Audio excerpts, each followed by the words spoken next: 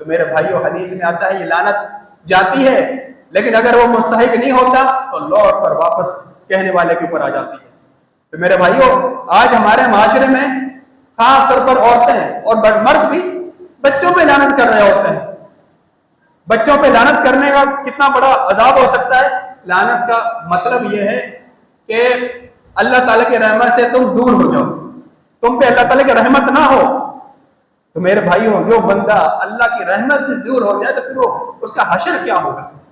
اس لیے بڑی احتیاط کی ضرورت ہے، نہ تو کسی کے اوپر کفر کے فتوے لگائیں اور نہ ہی کسی کے اوپر لعنتیں بھیجیں، نہ ہی کسی کو گالیاں دیں۔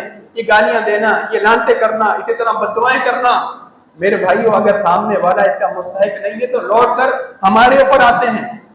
اور یہ جو ہم حشر دیکھ رہے ہیں، معاشرہ تباہ و برباد ہو رہا ہے، اس کی وجہ یہی ہے جب ہماری حالت یہ ہو چکی ہے، ہم ذرا بھی احتیاط نہیں کرتے، نہ اپنی تربیت کرتے ہیں، نہ بچوں کی تربیت کرتے ہیں، نہ عورتوں کی تربیت ہے، تو جو جس کے منہ میں آتا ہے میرے بھائیوں وہ بول دیتا ہے۔